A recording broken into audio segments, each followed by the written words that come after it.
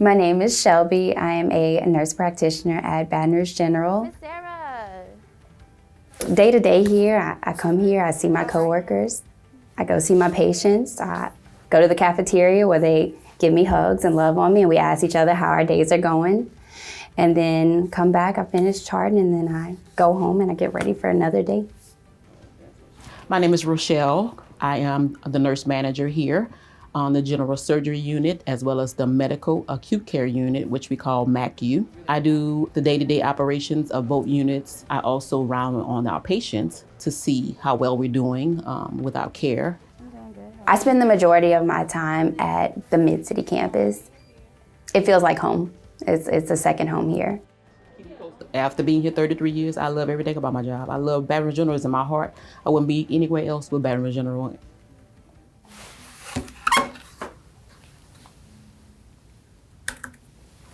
All right, thanks, Ashley. Well, from working long shifts away from their own families to caring for patients at their very worst, we share the story of the Black women who cared for all of their patients, even when they were only allowed on one floor of the hospital.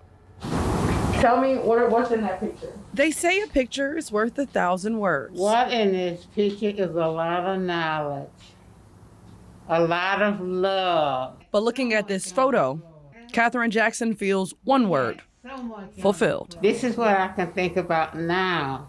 Not then. I couldn't think about what was coming behind me. She started her career as a nurse more than 60 years ago, following the lead of Mrs. Ida Henderson, with no idea she was opening the door for Black nurses to follow. We cared about our patients as number one, not the fact that it was wrong that they could not go on other floors. In an all-white hospital, Henderson, Jackson, and others were the first group of Black women hired to work at Baton Rouge General on the only floor for Black patients and staff at the time, 4 South. We had to work extra hard because we did not have the equipment that the other floors had. We had pass-me-down equipment, second-hand equipment, but we still did the best that we could with what we had. That's the lesson Katherine Jackson is still passing to aspiring nurses. It was just so challenging, and today so rewarding.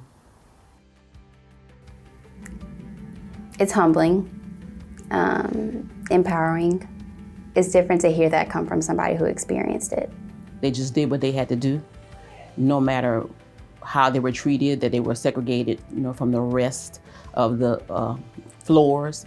If it wasn't for them making those efforts to make a space for Black nurses and Black medical providers to be here, things could be different now. I smile because I had an opportunity to meet those particular ladies. I am a Mid-City person, so I actually had a chance to work on 4 South. I had an opportunity to walk through those halls for many years, even as a nurse tech when I first started at Baton Rouge General. That was one of the units that I was a tech on. It just warms my heart because of, knowing that they were paving the way for us during that time, but at the same time, knowing that they were walking those halls as well. What I've learned from my parents, what I've learned from these nurses or any other Black profession that has come before me, representation is so important. And that's for any patient. That is for a patient of any race, any culture, any value. But in this particular situation, in this particular time, it was important for those Black patients, for those Black babies, to have a Black nurse, to see a familiar face.